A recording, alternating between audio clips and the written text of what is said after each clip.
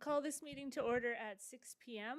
I want to acknowledge that we are in Treaty 1 territory and that the land on which we are meeting is the traditional lands of the Anishinaabe, Cree, Ojibwe, Oji-Cree, Dene peoples and the homeland of the Métis Nation. As a council and a municipality, we will continue to work on moving forward in partnership with Indigenous communities in the spirit of reconciliation and collaboration.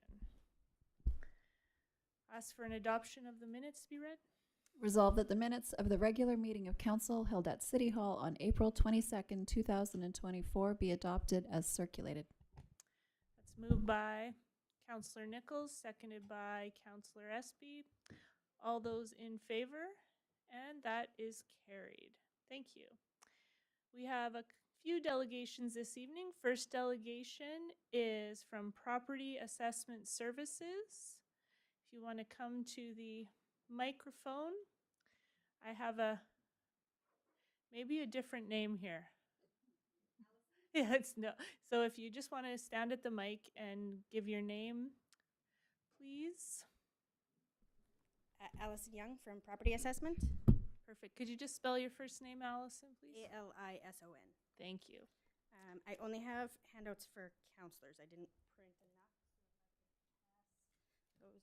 pass those down. Oh, it's up there? You betcha. Yeah. I also have in the papers that I just handed out, there's a pamphlet in there, and I have a stack of them to leave with you guys to hand out to people if they come in. Thank you. So I'm just here to talk to you guys about the impact of reassessment.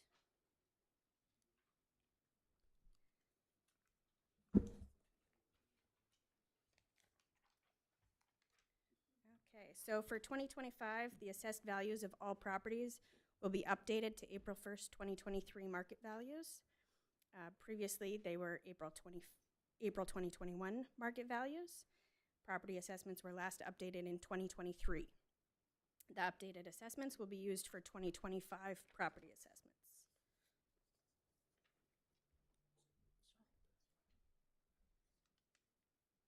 The province's taxable assessment has increased by $13.2 billion, or 13%. Your municipality's taxable assessment has increased by $64 million, or 10%. On the bottom, you can see the changes to the municipal taxable assessment. So total residential is on average going up 8.8%, farm 7.8%, and commercial industrial 11.9%. Those are kind of the three main ones.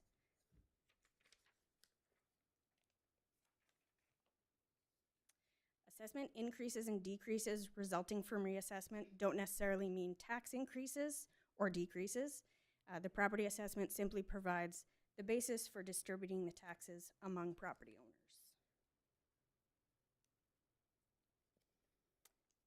The table here shows the property taxes of each class of property in your municipality. So this includes school taxes. Because school districts are in multiple, the same school district is in multiple municipalities. If the taxes shift differently in the municipality, it can change that. So for total residential, it would actually, and I should also state, this assumes the same budgetary needs as 2023.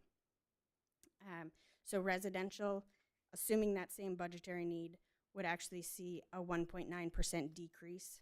Farm would see a 2.8% decrease, and commercial industrial would see a 0.4% increase. So you can see at the bottom, 71% would see a decrease, and then 4% would be greater than 10% and $100. 24% would be less than 10% or $100.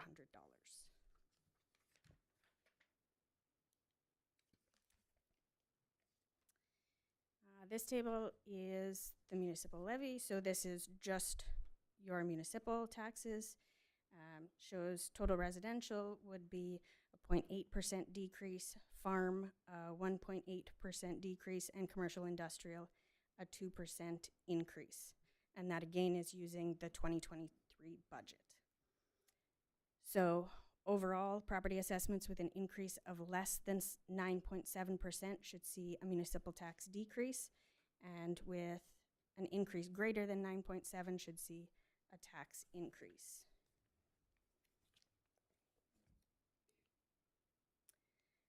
These are just some options to moderate impacts. If you want any more information on any of these, you would need to contact an MSO.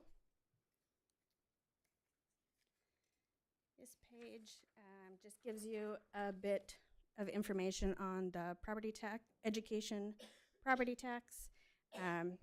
Again, if you want more information on that, I have contact phone number and email if you have any questions.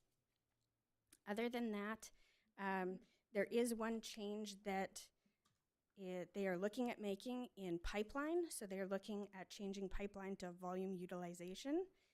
In some municipalities, that is causing a bit of a tax shift. For the city of Portage, it doesn't create any change for you guys.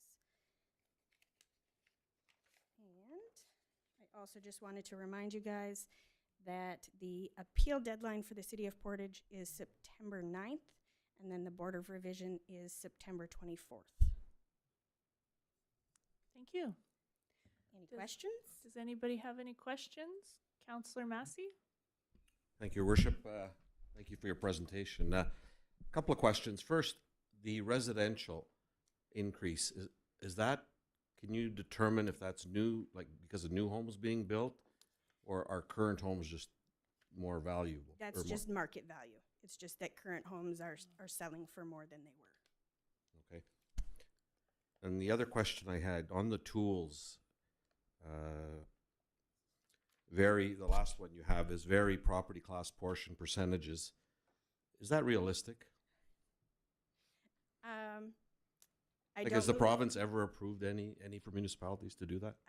I don't believe so. Yeah. Not that I'm aware of. Yeah. An MSO would be able to answer that better. They would be the ones that would help you do that if it was something that you wanted to do. Most municipalities will change the mill rate as opposed to doing that kind of a tool. Eh? Yeah. Thank you. Anyone have any other questions? No, thank you. We appreciate your information. Thank you. Yeah, that's great. We'll get them after. Thank you. Okay, we have another delegation. Abhishek Patel and Divyesh Patel for Rural and Northern Immigration Pilot Program. So if you just want to come and state your name for the record. I'm Abhi Patel. It's ABHI. Last name is Patel. Thank you. So the floor is yours, and just so you know, we're live on YouTube and TV, so that's why you have to speak into the mic. Thank you. Okay, no worries. Thank you. Thank you for the time today, and just wanted to discuss this RNIP program. It's called Rural and Northern Immigration Program. So basically, this is it is a huge program, but we don't have that much time and we don't have that much knowledge as of right now. But this is something which will help us as a small business owner of the community, as well as the town as well. So I just wanted to bring that in front of everyone, and if we can get your support, we can bring this program over here, and it will help us. So I just have few slides, and I don't know how to change it. Okay, that's the first slide. Perfect. I'm gonna read it because it is immigration thing, so I don't want to make up from my own mouth. So the first, it is overview and eligibilities. So the first thing is, what is RNIP? It is a community-driven program designed to spread the benefits of economic immigration to smaller communities by creating a path for permanent residency for skilled foreign workers. And it is also available in 2 of the Manitoba cities right now, currently Brandon and Altona. I'm not sure about Altona as of right now because when I made this, it was still running. But Brandon, I'm pretty sure that they have this program right now. And the requirement is to have the community for lesser population than 50,000, which we are, and located at least 75 kilometers from the core of Sensor metropolitan area. So I think I'm not too sure about that, so it's for you guys to think about. And the second, it is or, so we don't need the second one, but it is have a population of up to 200,000 people and can be considered remote from other larger cities according to the Statistics Canada Remoteness Index. So the eligibility, what we think is like we fall under that, but we are not sure yet. But this is what it is, and the second slide is for the expectations from from the community. So whatever I have seen in Brandon, normally city helps them in assessing the prospective candidates, and the criteria are like best fit for the economic development of the city, of course, have a genuine employment opportunity here locally, and they have intention of staying in the community because uh, that that we can do it. I mean, after like 2 to 3 years work permit kind of thing, but this particular program will like have some kind of documentation requirements which will show all those criteria. Like if they are falling under those criteria, then only they are eligible for this program. Uh, and the second one is recommend candidate for permanent residency to IRCC for the final decision. So we are not taking any decision right now, but we bring the file, we put it to the CIC, and then they decide. But yeah, and then the third one is whenever we have a newcomers in our community, we have to make sure that they are settled here. They have I mean, we provide mentoring opportunities with the established members of the community, of course, and we connect them with the other not-for-profit organizations which we have in our community. And the third slide is like for the benefits right now, and it has a long list, but I mean I was told that we have only 5 minutes, and I mean there are some like help increase the population of the community, of course. We need more people. Economic development of the community, which I already said before, and it will. So how it will benefit us as a small business owner, because we are having huge challenges right now because of the workforce, skilled workers as well, and it is also affecting our productivity. So it will also facilitate our workforce for the local businesses here, addresses the challenge of labor shortage and productivity, as I said, and then diversity in the community and increased tax revenues. Who doesn't like that, right? So those are the benefits. Uh, and yeah, that's all. That's all from me. Thank you. Thank you, Mr. Patel. So, does anybody have any questions, Council? Councillor Meyer? Thank you, Madam Mayor, and thank you for the presentation. It's something that first time I've heard of. Just a clarification is all I'm looking for at this point. What do the acronyms PR and IRCC mean? I know I could probably Google them, but I want to make sure I get the right ones. PR is permanent residency, Permanent and IRCC is, I'll have to Google it as well. It's Immigration Immigration Refugee Council Committee. Yeah. Yeah. Immigration, refugee. Refugee Council Committee. Or Yeah, something. committee, I think so. And that is, sorry, that's a government body? Yeah, Yeah. federal. Federal Yep, government. yep. Thank you. So this program is going right now it is in whole Canada, but I just included our 2 Manitoba cities right now. But I have the reference in the papers. So, can I just ask some questions, because you're not a part of this you're not a part of this program. You're local business owner, correct? Yes. And a number of you are, right? Mhm. So I'm just curious, like, are you small business owners in our community, and where are you having, when you talk about workforce, Mhm. where are you having trouble getting people to work? Like, Yes. So we are getting number of resumes, of course. yeah, Whenever we select and we start their first day to second day. So what we are facing right now is like they are coming for the training part, and after the training part, we are not getting them back, and then we'll have to spend money for the training again. So yes, we are small business owners of our town, yeah, and that is the biggest challenge what we are seeing right now. So let's say if I talk about my own restaurant here, I don't need any like skilled cook or something because we have already everything is franchised, right?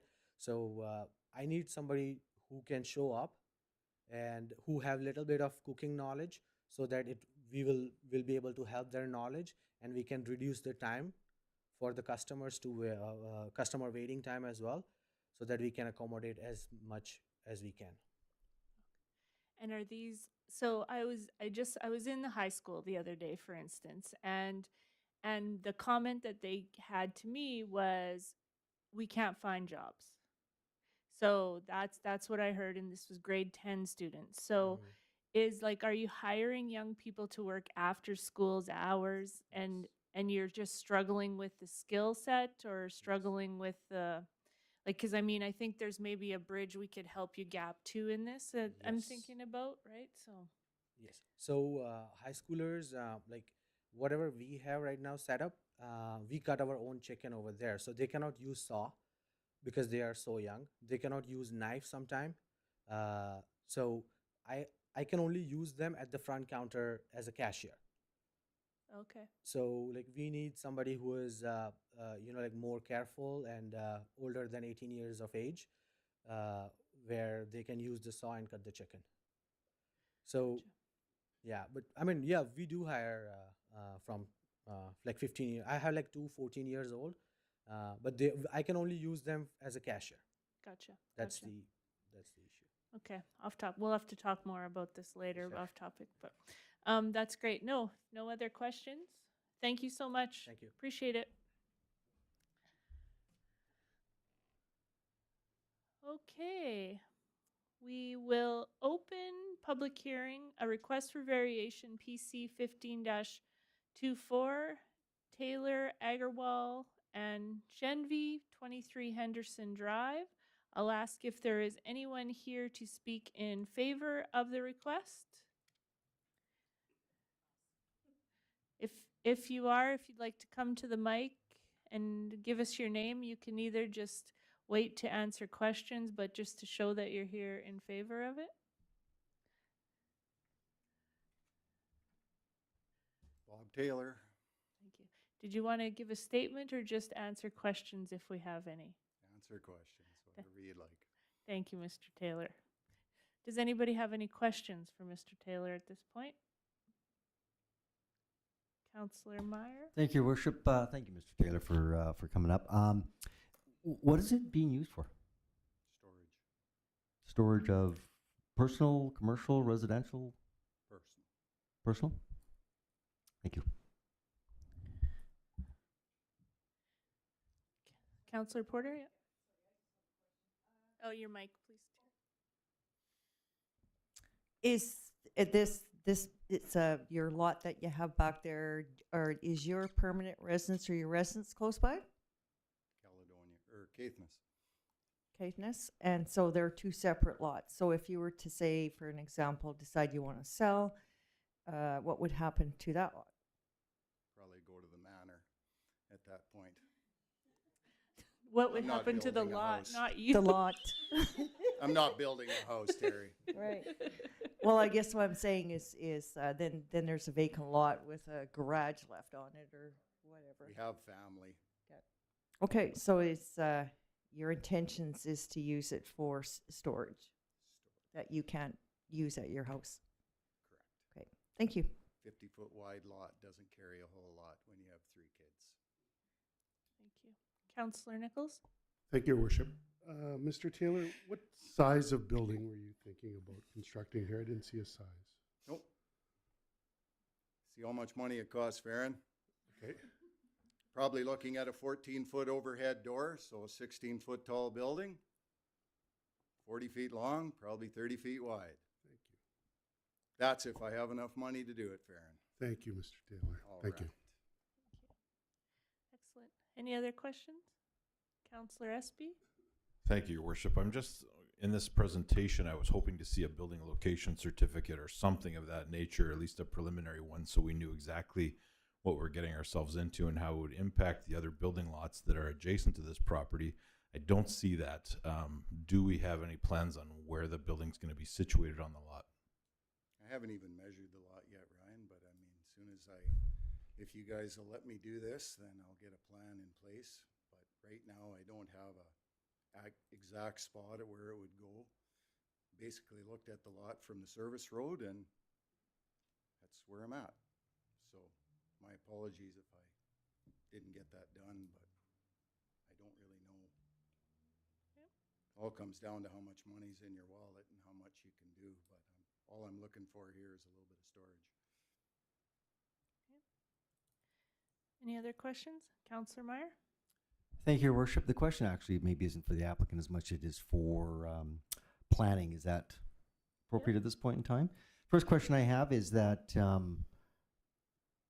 what would be the current bylaw that be allowed to have it? So if I'm understanding correct, right now the conditional use or the variance is to be able to put a garage up there. You can't do that because it's got to be on a property where there was a primary residence built. Is that correct? Run that again, Preston, I didn't. sorry, quite he just catch asked- it's actually for Mr. planning. Yeah. The Oh, question sorry. is there. Yeah. So that's okay. That's okay. Yeah. I'm not quite clear on what you're asking there. Like, So- you're asking if. So you're why allowed- can't he put a garage there now? Is it because there has to be a primary residence in order to have a garage, and that's why he's asking for a variation? If I understand it correctly? So he owns the land. I'm not really sure how to answer that. I mean, he's Okay. looking at buying a vacant lot that he wants to put a storage garage on. Right. And there's nothing stating that that can't be done at this point. The variance is to apply for it because he's not building a house with the garage. He's just asking to build a storage unit. So he would have to build the house in order to have the garage, I guess is the question You I'm don't asking. have to. So, sorry, Mr. Pito? Yeah, I think just to clarify the question, sorry, through your worship to Councillor Meyer, Thank because there's an accessory building, or essentially what we're talking about is a garage without a primary residence, you're able to do that, but you're required a variance. So that's what he's applying for, the variance to be able to build an accessory building without a primary residence on an R160 single-family zoned area. Got it. Counselor Espy? Thank you, Your Worship. And just for clarification, through Your Worship to the Planning District, all the bylaws that would apply to a residential lot, which includes percentage of the lot that is covered by an accessory building, would still apply. That's a question. Sorry. Question. Who are you asking, Ryan? Mr. Gessel? Can you please say that again? You were asking about the percentage of. Yeah, to clarify, there is a bylaw, or maybe in our development plan, that states how much percentage of the lot can be covered by a garage or an accessory building. I'm assuming that that all would still apply, even though this is going to be the only building on the property. You're correct. That would apply still. You still only have a percentage of the property to put the storage unit or garage on, whichever you want to classify it as. So what you're saying in layman's terms is that you couldn't fill the whole lot with the garage. You'd have to only build it as if there was an actual house on that lot and what would be beside it. So that what you're saying is if, say, 3 years from now you sold that lot, there'd still be room to put a residence on it with the, okay. You would still have to comply with the conditions of so far off side yard, front yard, street, and fit it within those regulations. Does that make sense for everybody? Any If other? I can add to Oh. any of this. Yeah, go The ahead. building would probably be closer to the service road, Ryan, if that's what you're asking. I'm not planning on putting it back against the other properties on Brookside. I Just think- be a building that's more towards the front. And the back will be probably mostly yard, I guess, or whatever you want to call it. But I don't really have like a golden plan right now. The plan right now is to secure the land and then make decisions from there. I don't know if that helps, but Yeah, I think the more the thing was about the size of the building that would be there on the lot, that there's 14-foot overhead door is what I'm looking for. Yeah, and then there's stipulations, yeah. Okay, I saw some hands. Counselor Massey? Thank you, Your Worship. Mr. Taylor, just a question, maybe, I don't know, or maybe to Mr. Gessel, I'm not sure who. Maybe I'll start with Mr. Taylor. There's a comment in our briefing about security and, building a facility with no residential house on it, the security of it. Are you concerned at all about It'll You be know- fenced before the building arrives. Like I'll put a property fence once I find the pins, and it'll be fenced before I do anything, period. I'm not sure if that's what you're asking, but that's what I'd be doing, is probably putting a fence up, securing the property, just like any other person's property, I guess. I don't know if, is that what you're asking? Yeah, to a degree, yeah. Just a general question about seeing this building with no house. Does there, and I don't know, if we've done other of these in Portage. Every person that has a building with no house on it has the same issues, so. Mhm. So you don't have a concern about getting theft? Everybody's got a concern about it, there's no question, but it's Okay, not much I can do. Like, if I can't keep it at my home I'm living at now, I'm just looking for an alternative solution to put some personal property. I have a family, and they all have their personal things, and with the value of everything today, I'm just trying to get my kids set up before I die, I guess, basically, is what I'm trying to do. thank you. Thank you. Did you have your hand up, Councillor Meyer? Sure, yes, I did. Thank you, Your Worship. And probably a question for administration. I don't see any prior approvals for this type of a situation before. Can anybody tell me or confirm if this has been done before, or are we entering new ground? Mr. Pito? Typically, if there was a prior approval of this nature, it would be referenced in the report, but I'd pass that on to Mr. Gessel at planning to clarify. Mr. Gessel? Going through our records, we didn't come across anything previously where a storage unit went directly on just a lot within the city. So we had no comment on what has or has not been approved to this point. Thank you. Okay, any other questions for Mr. Taylor? Thank you, Mr. Taylor. We'll let you know if we have any more for you before we close the hearing, so. Sounds good. Thank you. I'll ask if there is anyone else here to speak in favor of the application. Again, anyone else in favor? I'll ask if anyone is here to speak against the application. If you want to come to the mic, please, and state your name for the record. John Ferg. Hi, Mr. Ferg, if you want to make a statement. Yeah, I had a question. I wasn't sure if it was appropriate to be asking during the council time or not, but I'm not necessarily opposed to this. I am the neighbor on the lot there. You answered several of the questions that I had already in regards to the size of the building, location on the lot, things like that. I wouldn't necessarily be in favor of having a 200-foot pole shed put up there right next to my residential property. But a reasonable garage for personal use, absolutely. I have a question for council. Is there an avenue in the future that once the garage was built, that they could apply to have it rezoned for commercial use? That would be a question that I can't answer. So, Mr. Pito? Through your worship, the presenter, that would be a pretty substantial change for that type of property. I think it would take a zoning plan amendment, which is a very significant change to undertake for one parcel of property. So not impossible, but unlikely. Yeah, okay. So again, I'm not really speaking against. Obviously, if it was being used as a commercial structure, I would be speaking against, but for a personal use, then I think you've answered my questions thus far. Thank you. Thank you, Mr. Ferg. Anyone here against the application? Anyone here against? And then I always like to ask if there's anyone here who just has questions from the gallery, that anything they need answered before we close the public hearing. If you could state your name for the record, please. Pam Garnham. You have a question or questions? Just to Mr. Taylor. And Mrs. Yeah. Taylor. I'm just expecting that when you build your property, you're just going to maintain it like a residential property. Yeah, that's what I assumed. Yes, I know, sorry, I know. Mr. Taylor. Mr. Taylor, I hate you have to come up and actually speak into the mic. Sorry. Yeah. All I can say is I've lived here all my life. If you want to look down at Cobb's Plumbing and Heating, the building beside Laramie's, or our property at 321 Caithness, and make your judgment from there. I do not plan on degrading anything, it will be looked after.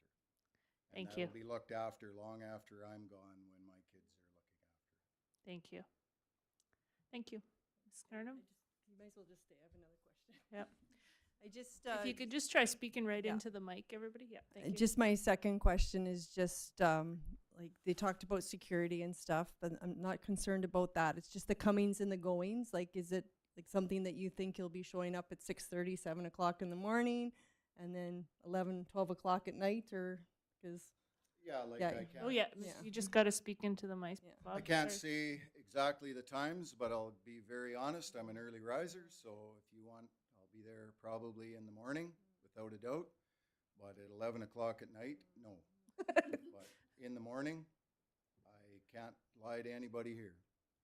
I'm an old man. I get up early, and that's when my day starts. So, but I'm very respectful to the neighbors, I think. I've been respectful, I think, on Caithness all my life. So all I can say is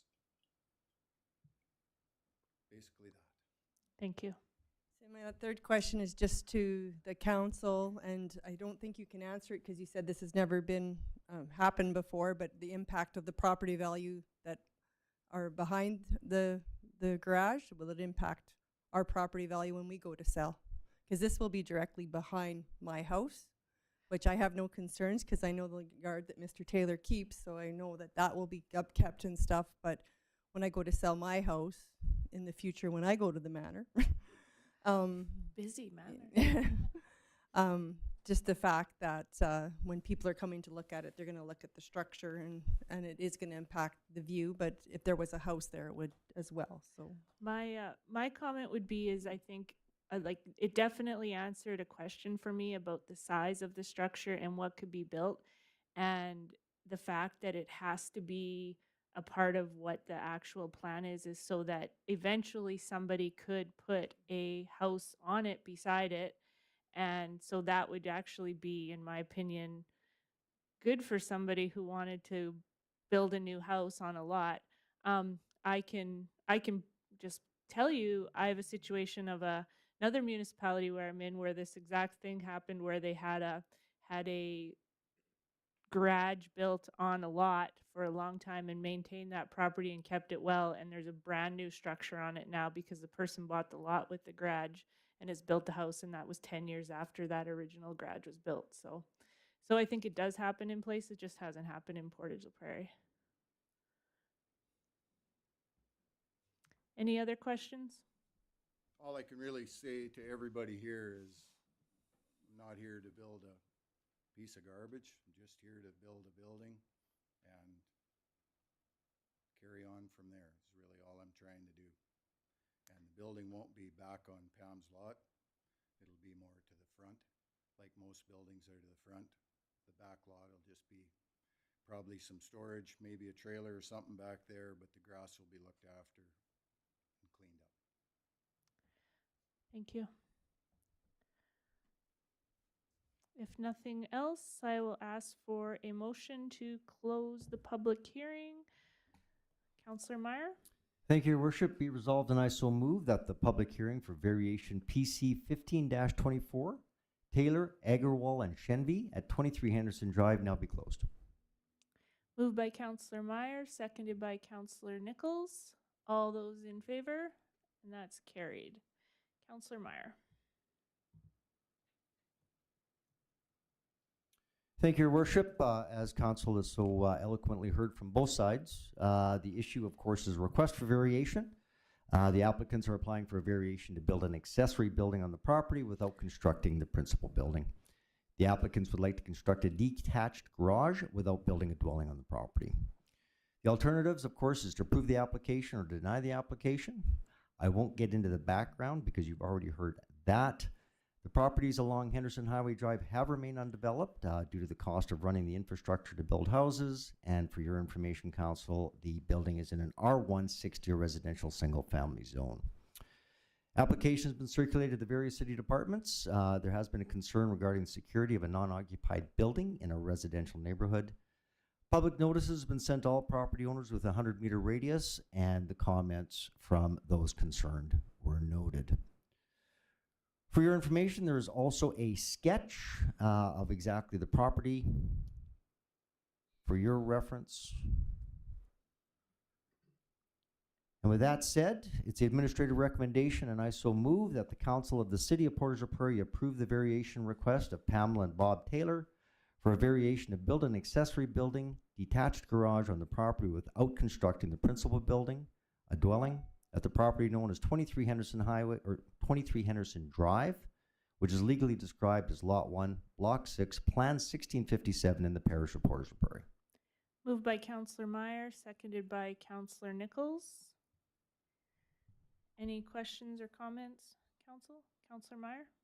Thank you, Your Worship, and I certainly, I'm having trouble with this a little bit right now. The concerns, I have no concerns regarding Mr. Taylor. I've known Mr. Taylor for a long time, and I do know how he takes care of his stuff and all of that, and I know what his intention would certainly be.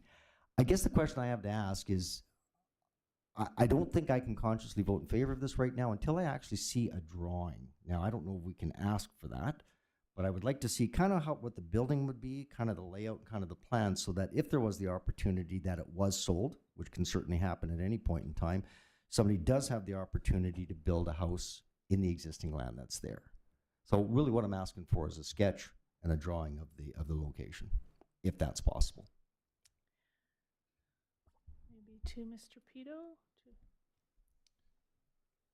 Just giving some thought to your question, Councillor Meyer. So council has had the hearing and people have had the opportunity to put forward their comments. If council feels they need more information, they could defer the decision to a later meeting and give the applicant the opportunity to submit a drawing if that is the will of council. That is an option. Otherwise, the information before you is what you have to make your decision today. And obviously, I know that I'd have to have council support to do that, but how would I go about doing that, to defer it, just to have some more information? From a procedural standpoint, through your worship to Councillor Meyer, you would need to make the motion. You would need to indicate which date that it would be required to come back, and you would need the majority of council to, a seconder and the majority of council to vote in favor. Perfect. So if I'd like to go ahead and do that, and I'm only one person around the table, but I would like to, so am I amending the motion? Forgive me. Making a motion. I'm making a new motion with this one still on the table? Sorry, your worship, did we have a seconder for the motion? So, Yeah, so the motion's on the table. A procedural motion can be carried. You would make it, you would require a seconder. You don't need to amend anything. It's a separate motion from a procedural point of view. You would need to move it, indicate at what meeting you would like to bring forward back the decision, giving Mr. Taylor the opportunity to provide that drawing. And you would need a seconder and then a majority council vote. Okay. I certainly don't want to delay Mr. Taylor, but I just certainly want to feel more comfortable, seeing as Mr. Taylor had indicated himself, he wasn't sure exactly what was going on there and where it was going, although he did indicate some of it. So, forgive me, I make a motion now that To defer it to I'd like to defer it just to the next council meeting. May I don't want to 27th. impede anything, which would be, I guess, May 27th. 27th, if there's a seconder in council support. And if not, then I'm certainly prepared to vote on it. Moved by Councillor Meyer, seconded by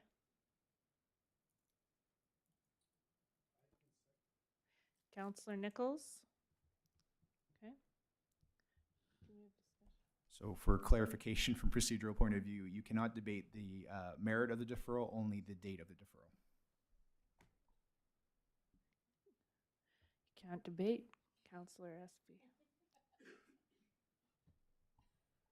Just a procedural question then? You can ask a So procedural question. we should have had this debate previous to that motion, is what you're telling me?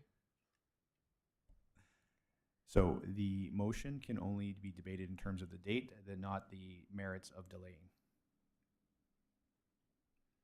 They're not my rules, Councillor Espy.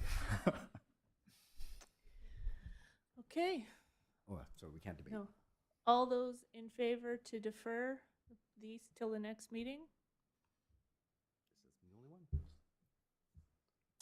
That's, what's the word? Denied? No. Defeated, sorry. Defeated. Okay, we're going to continue on. Councillor Espy. Thank you, Your Worship.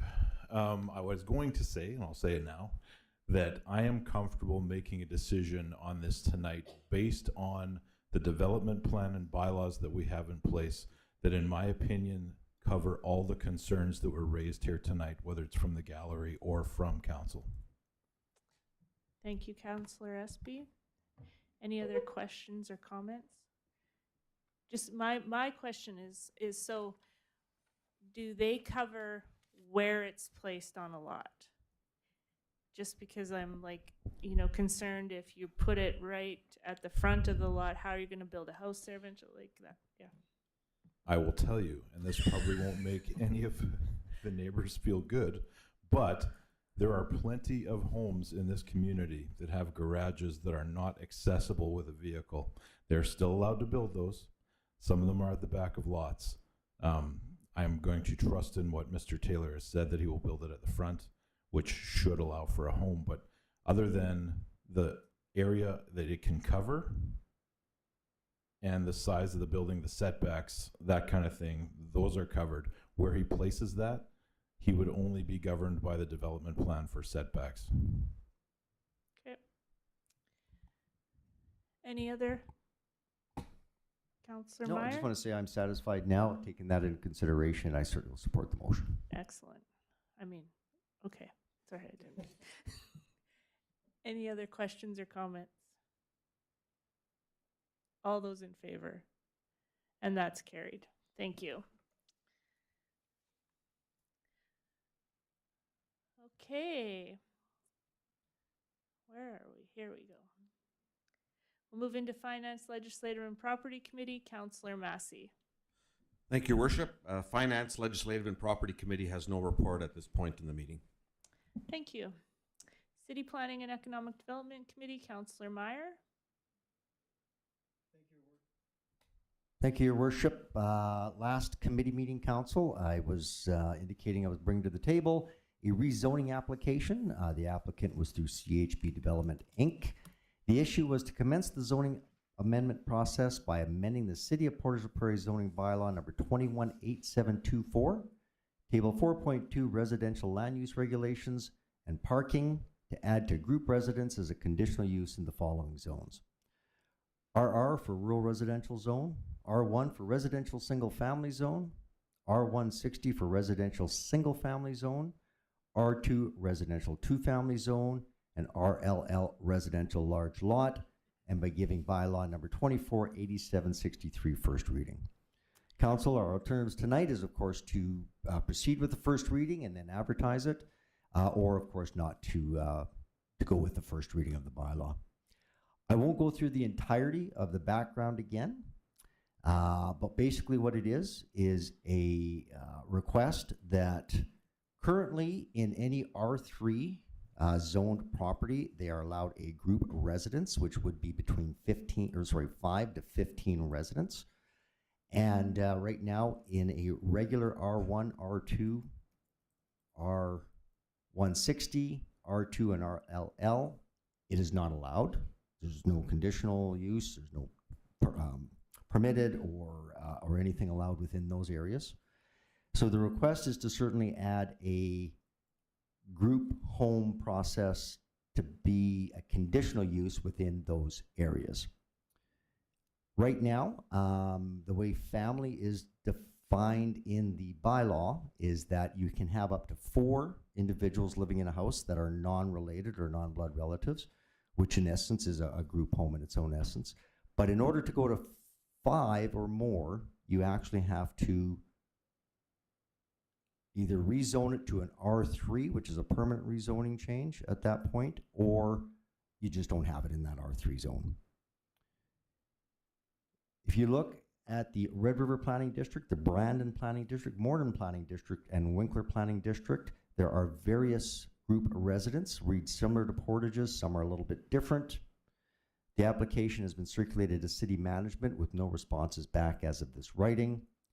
The application, if goes to first reading, will be circulated to the province for review and comment after first reading. And as per Section 74(1) of the Planning Act, Council shall indicate its intention to erect a zoning bylaw amendment by giving first reading and proceed with the public notices set out in Section 168. The first reading of bylaw number 248763 will then start the process as defined in the Planning Act, which is now going to advertising, and then be brought back to Council for second and third reading. in considering the application. So it's the administrative recommendation, and I so move that the Council of the City of Portage la Prairie give bylaw number 24-8763 first reading, and the public notice be provided as defined in section 168 of the Planning Act. Moved by Councillor Meyer, seconded by Councillor Nichols. Do we have any questions or comments on this?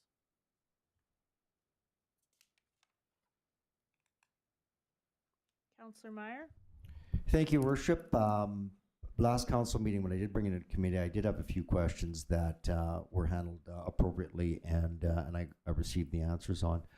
Really, what we're just doing here is it still is a conditional use reference in each one of those areas, and the fact that it still would have to come back to council in order to have any kind of final approval on it. I just want to point out to council that based on a part of our strategic plan with inclusivity, and I think it gives many options to not only obviously residential homes or group homes within the city of Portage la Prairie. I think it's all far inclusive. Also, though, it does not handcuff council. It gives council the opportunity and the chance to dictate really what's going to happen within that location, and then still has to follow the planning permit at that point. So I will be voting in favor of it, Your Worship. Thank you. Any comments or questions? Councillor Massey? Thank you, Your Worship. Maybe a question through the chair, either the chair can answer or administration. The way I understand this, then this is going to then trigger a conditional use every time the increase to group home happens. Is that so? There'll be as I understand it, there's permitted use, and then so the moment it goes over these numbers now, it'll trigger a conditional use with a public hearing, and people will either come here and speak for it or against it. Is that what's happening here? Mr. Pito? Through your worship to Councillor Massey, you're correct if they exceed the 4, which again, they do not need any type of conditional use to go up to 4.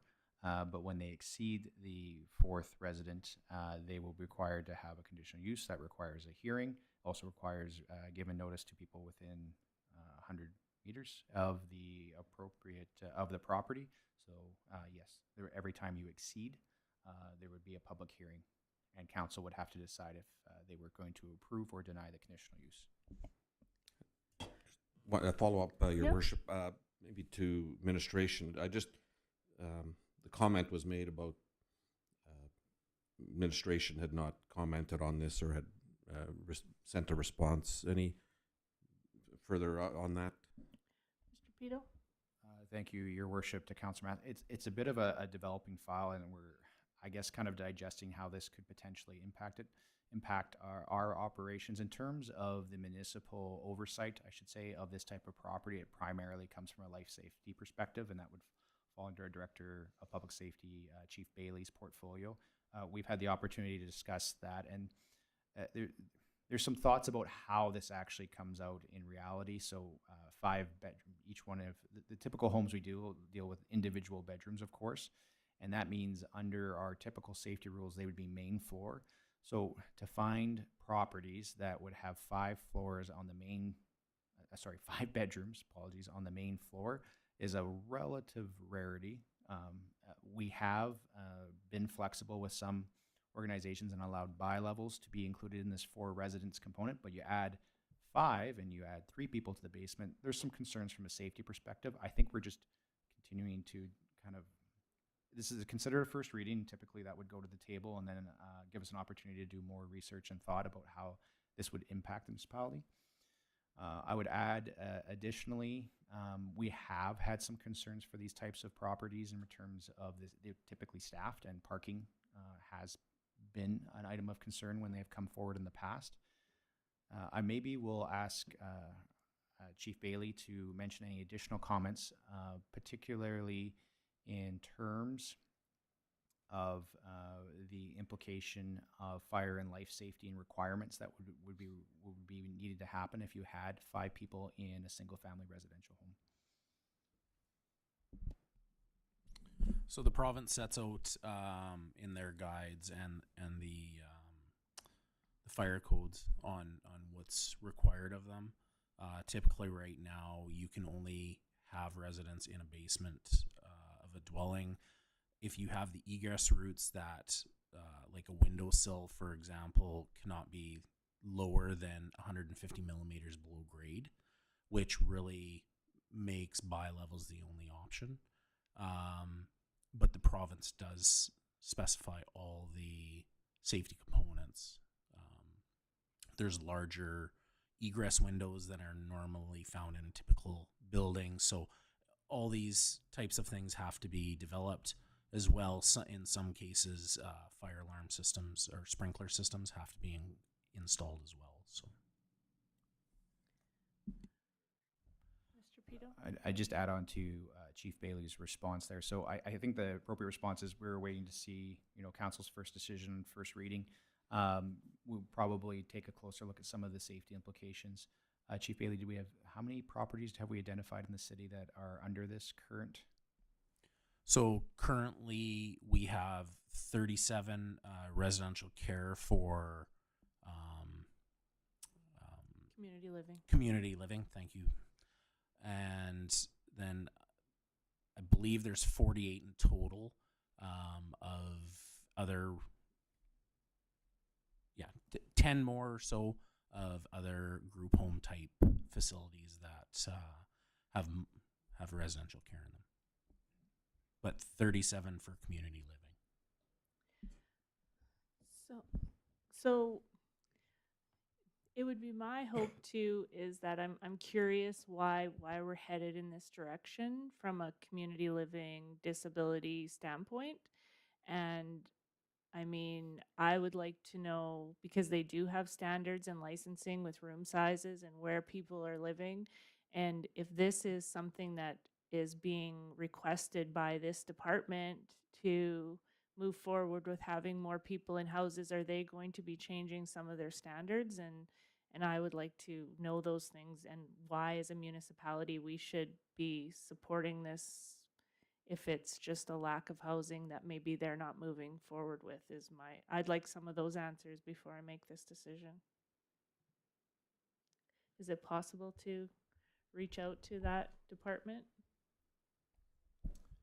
Your worship, would it be your intention that if this was to carry first reading prior to second and third reading, you would like the applicant and potentially some of the community organizations to speak and explain their reasoning for this requirement? Yeah, and it's not even so much like the local organ, but like right from the province of, because they're the ones obviously doing the licensing of these organizations, right? Yeah. So this isn't outside the city applicant asking for us to change our standards. So it's definitely something we could reach out to the applicant and encourage them, if council did decide to pass first reading, but prior to second and third reading, if they were willing to come and provide rationale, potentially their provincial and nonprofit partners could come as well. We could extend that invite. That's something we could do. Thank you. Councillor Sorry. Espy? Thank you. Councillor I'm Espy? sorry. Thank you, Your Worship.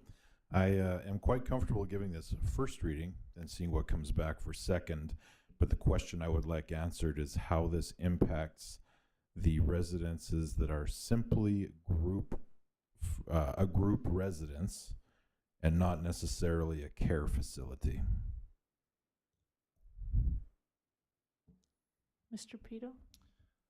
I'm not entirely sure how to answer that, Councillor Espy. I'm curious if Chief Bailey or Mr. Gessel has a better answer or can explain the difference between those two categories. So the difference between a group residence and a care facility, that is the question. Well, the way this is written, and correct me if I'm wrong, this is simply allowing the definition of family to change, and it's allowing this to be a conditional use for a group residence, but it doesn't specify exactly what that is. And it goes on to talk about residential care facilities, but is that the nature of what we're doing? Or is this going to encompass all living arrangements where if somebody wanted multiple families in a home, they could come and apply for that?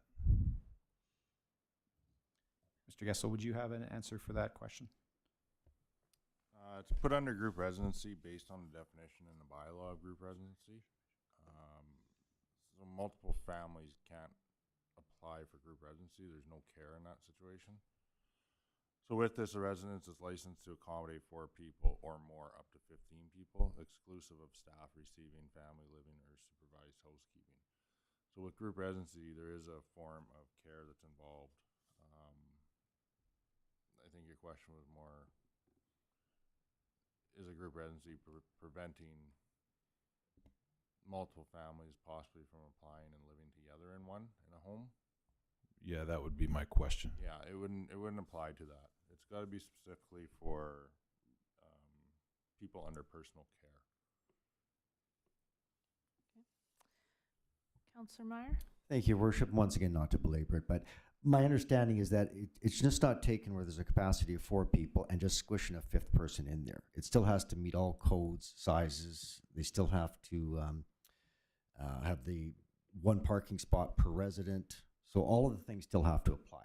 Am I correct in that? Mr. Peter? Through Your Worship to Councillor Meyer. So we certainly have standards for these types of buildings in terms of fire and life safety that would have to be met to receive that. Well, definitely would be brought up if there was a hearing on that concern, and it would be the call of the Director of Public Safety if that could proceed from a safety point of view. In terms of 1 parking spot per resident, I don't think that is a requirement under this particular type of build. The intention is these are staff facilities with residents that likely would not be drivers, but Mr. Gessel maybe could add additional comment. Under the bylaw, it is 1 per resident. That's what it states for parking. Under group residency, so if there was 4 people, there should be 4 technically parking spots. Most cases, residents aren't using the parking spots, but they may have a care provider that is using it. So it is something to look at as far as how many care providers are in 1 unit, depending on how many residents are in there, and how much parking will be taken up, whether it's 1 per person, so 1 to 5 or more. If there's 15 people in a home, we could have up to possibly 8 vehicles on a street or driveway, wherever it may be, right? There still has to be enough parking space room in order for it to. According to the bylaw, there should be room for it. One per resident. To accommodate. Second question is just, thank you very much, Mr. Gessel. Second question, just because we approve first reading, gives us a little more information, council still cannot or can turn it down at the 2nd and 3rd Correct. reading. Am I right? Correct. Got it.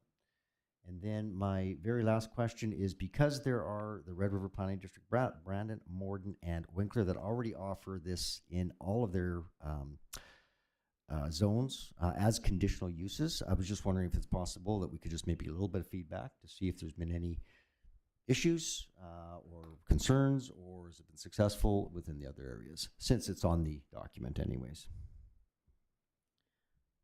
Mr. Pito? Through yourself, through Your Worship to Councillor Meyer, I'm sure Mr. Gessel could probably reach out to his peers and add some additional information about how those are proceeding in those jurisdictions. And then from the mayor, if this again does receive first reading, we can reach out to the applicant together and ensure that they are potentially here before a 2nd reading to provide additional context on the reasoning, and potentially have user groups to add additional reasoning on why this is needed in our community.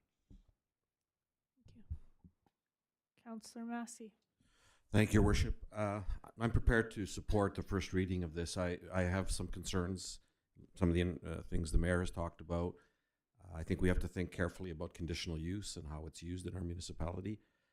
But I also have a problem when we get an application and it says the application, well, the province will comment after first reading. So that for me tells me that maybe some of the things the mayor has talked about, other issues, our own staff, I just don't feel I'm comfortable, but I'm okay with giving first reading to get that and some of the other things the city manager's talked about. So I'd support for supporting this to go to approving first reading. Anything else? All those in favor? And that's carried. We will wait for more. Okay.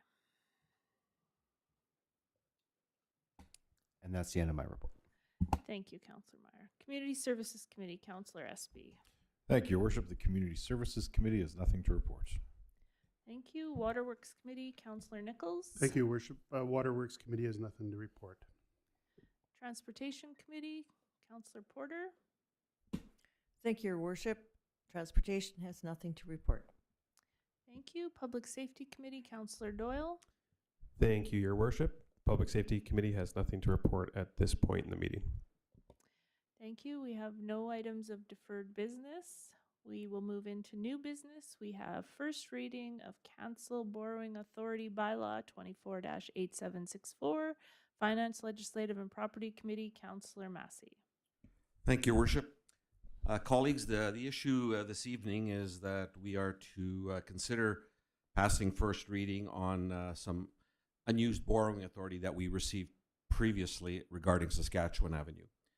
And so, as you can see, the alternatives are to approve this bylaw or to not approve it. And some of the background on this, in 2021, the city did request borrowing of $6 million in borrowing authority to fund the installation of some water and sewer pipes in the shoulder areas of Saskatchewan Avenue West between 4th Street West and Elm Street. Municipal Board Order E21032 was passed on April 6th, approving this request. $2,942,000 in borrowing was required to complete the utility component of this project. The debentures will be paid in full by December 31, 2037. This has left a balance of $3,058,000 of unused borrowing authority that needs to be canceled by bylaw. The process for canceling the unused borrowing authority requires approval from the municipal board. And once the bylaw to cancel this unused borrowing authority has received first reading from council, it will be submitted to the municipal board for approval before returning to council for second and third reading.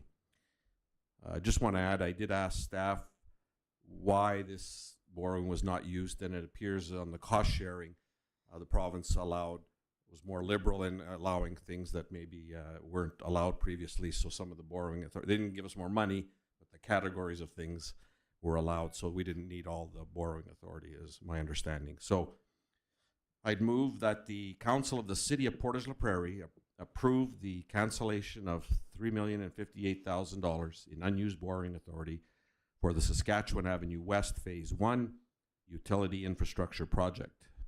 Municipal Board Order E21032 by giving bylaw 24-8764 first reading. Moved by Councillor Massey, seconded by Councillor Meyer. Any questions or comments from anyone? All those in favor? And that is carried. We have another item of new business, submission of a resolution to the AMM District Meeting, Public Safety Committee, Councillor Doyle. Thank you, Your Worship. The issue this evening is whether or not to approve the submission of the resolution to the 2024 Association of Manitoba Municipalities District Meeting to establish institutional safety officers in Manitoba hospitals. So the resolution to establish institutional safety officers in Manitoba hospitals would assist in ensuring the safety and security of patients receiving care within the Southern Health Region. With this implementation, it would then alleviate the significant strain that has been observed on our local RCMP resources due to the provisions of security services for patients. Costs that are associated with utilizing RCMP officers for this purpose are ultimately borne by our municipal taxpayers. A council resolution is required by the Association of Manitoba Municipalities to support the submission of a resolution to the AMM district meeting. An official certified copy must be submitted to the AMM office prior to June 1st of 2024 for consideration at the district meeting.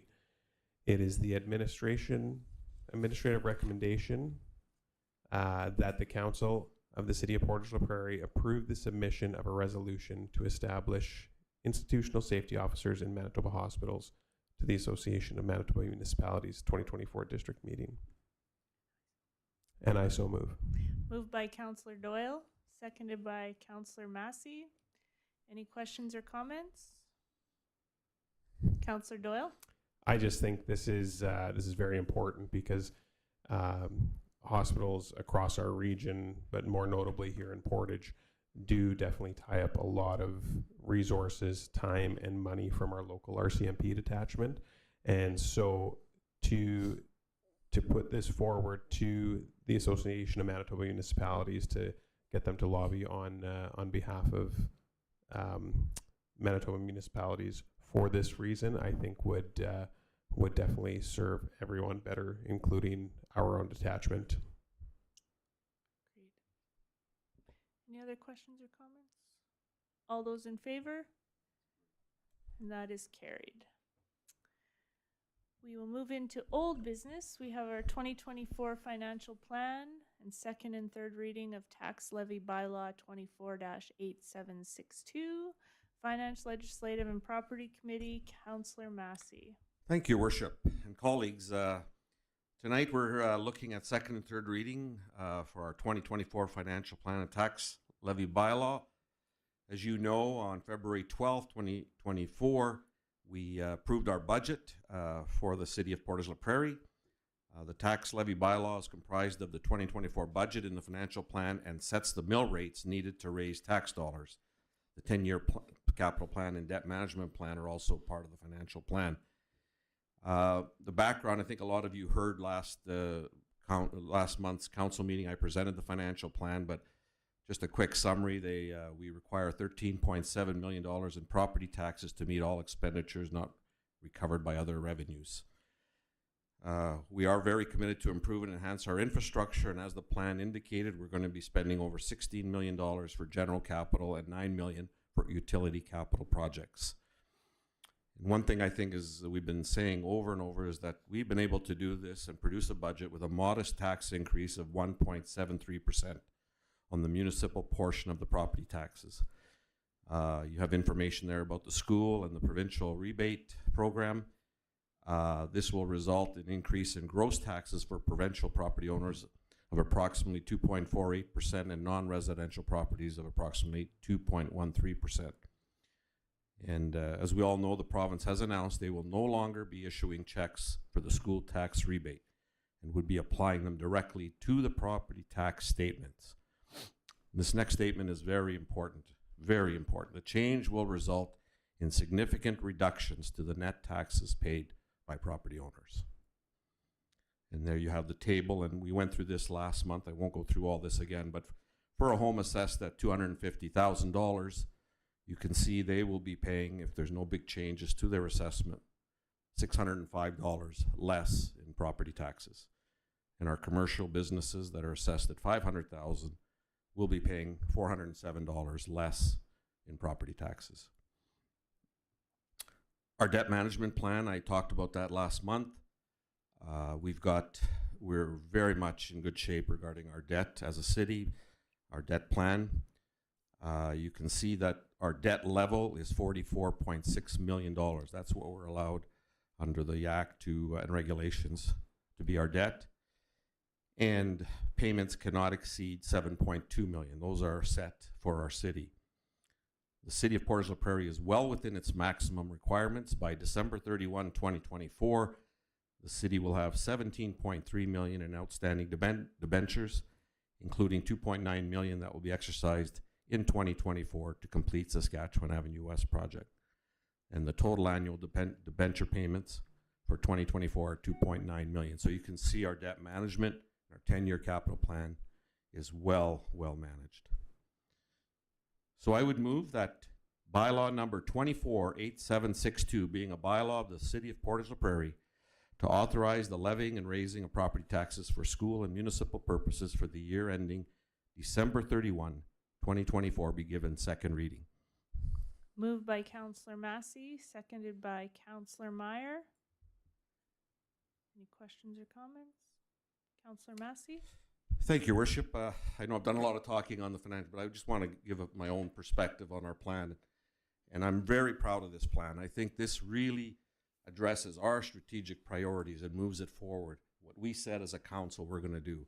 And I feel very proud to be part of a council that has actually backed it up with money. Secondly, I think for me personally, why I ran for city council, a lot of that is reflected in this plan, in our strategic plan. And I feel really good about that personally. And lastly, I think we're doing the citizens, I think we've done a good job for them. 1.73%. When you look at the municipal world and what's going on across Canada, this is a great accomplishment in our budget. $40 a year to get the services and the things that we all want in the city of Portage la Prairie. And we are moving forward with our strategic plan that I'm very proud of this financial plan. So I obviously speak in favor of it, but I just wanted to make a few comments as a councillor. Thank you, Councillor Massey. Anyone else? All those in favor? And that's carried. And I move that bylaw number 248762 be given third and final reading, finally passed, signed, and sealed. Moved by Councillor Massey, seconded by Councillor Meyer. All those in favor? And that's carried. Excellent. Okay, we will adjourn council at 7:10 p.m. and move right into committee. I'll call committee to order at 7:10 p.m. Finance, Legislative, and Property Committee, Councillor Massey. Thank you, Your Worship. Finance, Legislative, and Property Committee has nothing for committee this evening. City Planning and Economic Development Committee, Councillor Meyer. Thank you, Your Worship. Next council meeting, I will be bringing a proposal to subdivide on behalf of Stephen and Linda Wiebe. The consideration will be the application to subdivide the present holdings, which are 10.5 acres, and subdivide that land into 5 new family single residential lots. In your package is the site map for your consideration, and as well as the subdivision application map. So in brief, the alternatives that we'll have next council meeting is to approve the application, to amend the proposed plan of the subdivision, or of course to deny the application. Just some of the background analysis for you to think about. The applicant proposes to subdivide into 5 residential lots on Island Park in the city of Portage la Prairie. Present holding is a total of 10.5 acres. Each lot will be at least 2 acres, and because of the size of that, they will be serviced by a septic field and piped water. New driveways would be required. Lot 5 doesn't have an existing driveway already. It does fit within the development plan, where you'll see 18.4 for city rural residential. Currently, it's an RLL, which is a residential large lot, and would be needed to be rezoned to rural residential. The RR zoning classification has a minimum site area requirement, and that's why it's coming forth within here.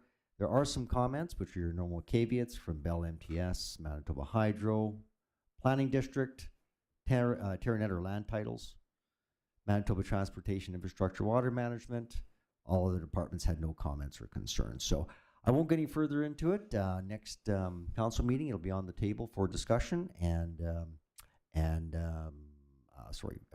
approving or not approving. Thank you, Your Worship.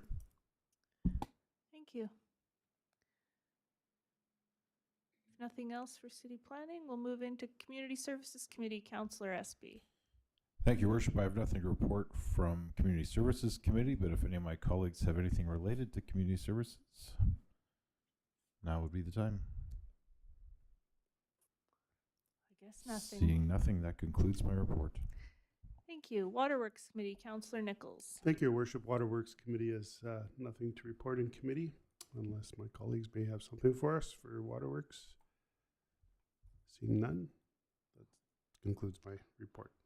Thank you. Transportation Committee, Councillor Porter. Thank you, Your Worship. Transportation has nothing to report, unless somebody else has a comment or a question on Saskatchewan Avenue or anything else on transportation. Just that we're back to 2-lane traffic today. It's great. The final stretch. Thank you. Public Safety Committee, Councillor Doyle. Thank you, Your Worship. I just wanted to mention, and I think I mentioned it last meeting, with the warmer weather, the streets are flooded with kids. The sidewalks are flooded with kids walking, running, biking. In residential neighborhoods especially, please everyone slow down. Just keep your eye out. Don't be distracted while you're driving. And one other thing I wanted to mention that just kind of came to light today, I guess this would fall under more community services, but at Simplot Central Park, there was some graffiti that happened over the last couple days. And I saw it on social media, and I would just like to call out Mitch Moore, who is a Portage citizen who took it upon himself to go there with some baking soda water and a wire brush and cleaned off the graffiti from the new skate park. So hats off to him. Other than that, that is all I have for my report. Awesome. Thank you. Nothing else? We will adjourn committee at 7:15 p.m. Thank you, everyone.